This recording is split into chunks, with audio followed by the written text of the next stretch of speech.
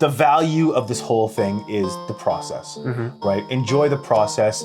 You're never going to get to an end goal. You may set up goals and things that you're going to get to eventually, but there's always going to be more goals after that. You're always going to create new goals, right? So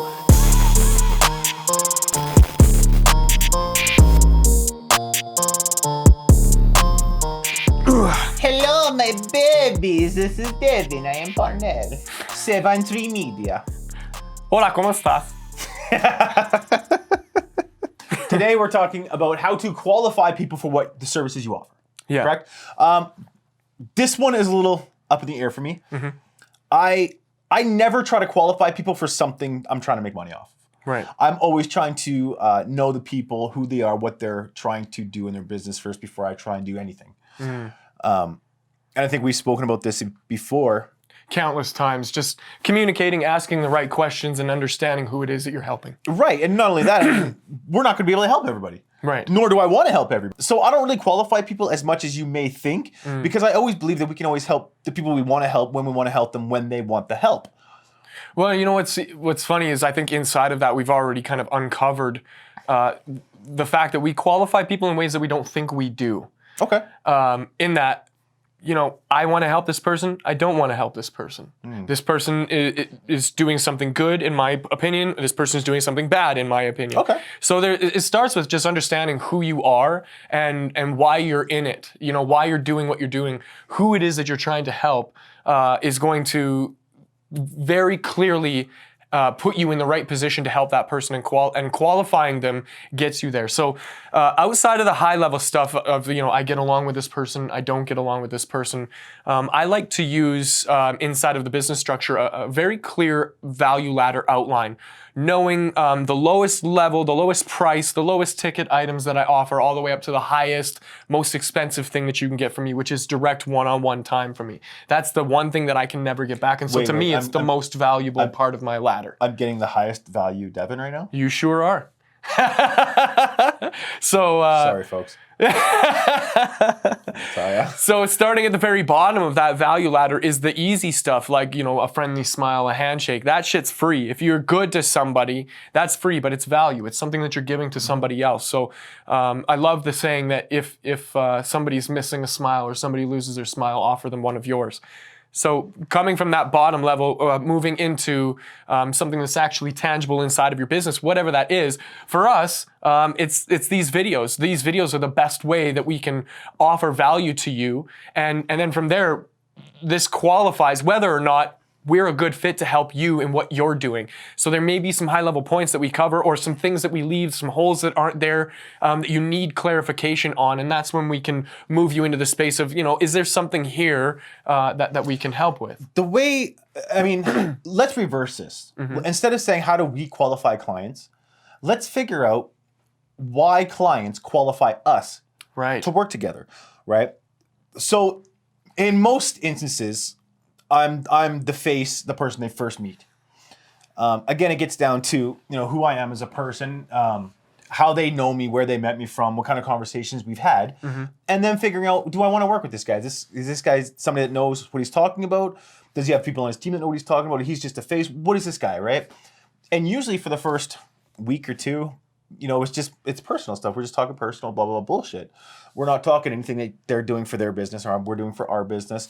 But I say, listen, I'm helping this client do this, this, and this. And I'm giving them the opportunity to say, hey, you know what? That sounds interesting. Tell me more. Does that work in both spaces, online and offline? I'm not sure about online. Okay, so from my experience, having that exact same conversation with somebody is the same thing.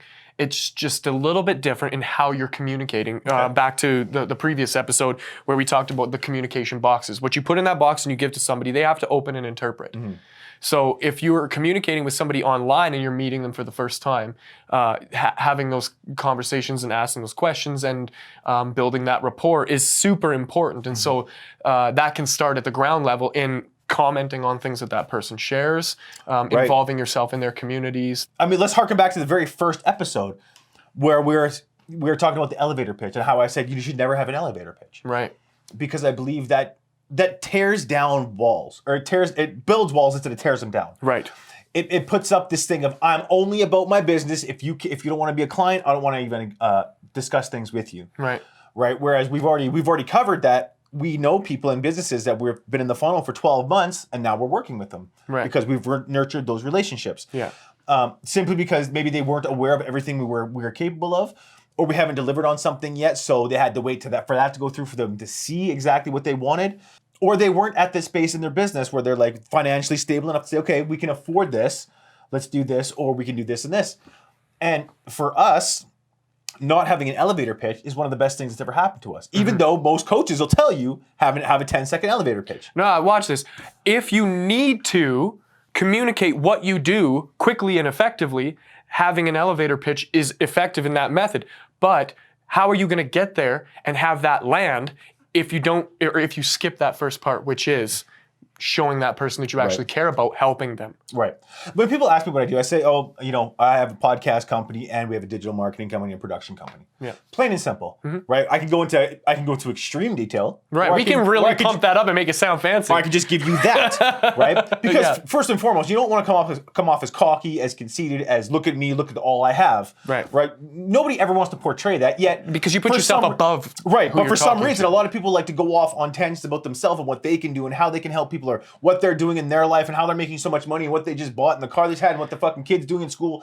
And nobody wants to hear it. No, you think you're proving to the person you're talking to that you're an awesome guy or girl, whatever. But the reality is that you're just coming across as an asshole. Everything that you're saying is, I only care about me and it's me and then more of me. And then the other person on the receiving end of that is going like, how does this help me? At the end of the right, so they're qualifying you without you even realizing. Yeah, so I think, like I said, I think the question needs to be how do we qualify clients? How do clients qualify us? Because like we said before, we don't just work with any clients. Right. We have a very stringent target that they must meet before we'll work with them. Right. As I'm sure those companies that we're working with have a very bottom line of these guys must be able to do blah, blah, blah, blah, blah, blah before we can work with them. Right. They must have this, and this. Yeah. So being the upper echelon, you have to be able to work with people that not only you don't like, that you don't agree with, that you don't get along with.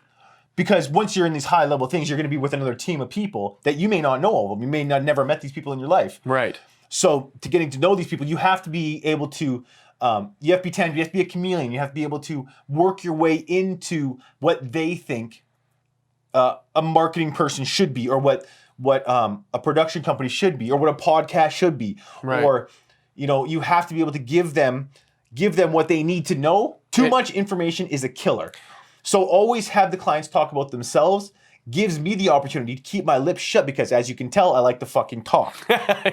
Right? Yes. So having them talk about their company and their business and their plans for the future and how they want to hit this $10 million target next month or whatever the case is, right, allows you to gain all this information about them, about what they need, their needs, how you can help them reach those goals, the timeline it'll take, the process it's going to take, the campaign it's going to take, all these little nuanced things that come together through what we know. Yeah, you're no longer qualifying your customers, you're qualifying the products that you can offer your customers to make sure that you have the right solutions for the right fit for the right person. Because you're never going to work with somebody you can't help.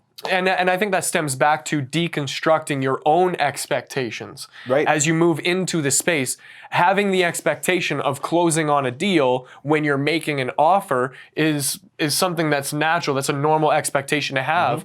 But the intention that comes behind that, and this is so subtle, guys. This is a tough thing to understand. But the intention that comes behind whether or not you're helping or you tip back over into that, I'm going to get the sale, right? And then your desperation bleeds back through, and then you end up coming into the space of buyer's remorse or people smell fear and people smell not depression but desperation. Yes, they smell it. They smell it like you have no idea. It's so weird once you start getting into this process of meeting clients and even the cadence and the way you're speaking and your tone, that all plays a big role in whether this client is going to say, yeah, you know what, these guys can give me what I need, or they'll be like, nah, I just don't trust this person for some reason. They can't put their finger on it. Yeah, it's one of those things where if you don't have proper communication, again, back to communication, it always boils down to that, is if you don't have the proper communication,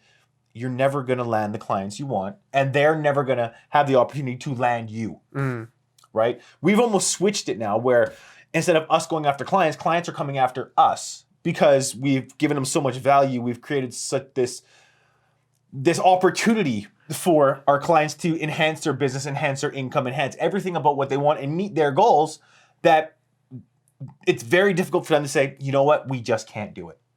Right? It's like, okay, that's all it costs. Let's do it. Right. Right. And and like I said, they're looking at bills for $10,000, $20,000 a month. And they're saying, that's it. Let's do it. And that's the power of clearly identifying where and how you can help somebody and qualifying of what you provide.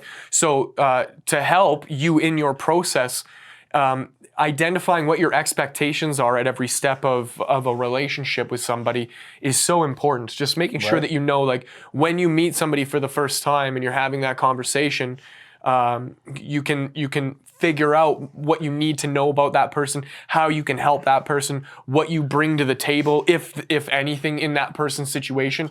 You may disqualify yourself right away and go, oh, you know, that person already has it covered. I know from my own personal experience, I reached out to a musician who I thought had everything in the right place to take off, and we talked for about 2 hours, and inside of those 2 hours, I discovered we talked about his dad building his own yacht and sailing around the world, and his own aspirations to join him, and he just wanted to create this freedom, and outside of that, when it did boil down to, is like, well, listen, like these are some really high level, amazing dreams and goals that you have.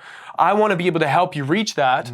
What are you doing to get there? And this is before I even could offer something, and figuring out what that person's up to. And turns out that person had everything already very, very clearly outlined for his entire process. It turns out there was nothing that I could offer that person. Now, the cool thing is we still talk. He remembers me.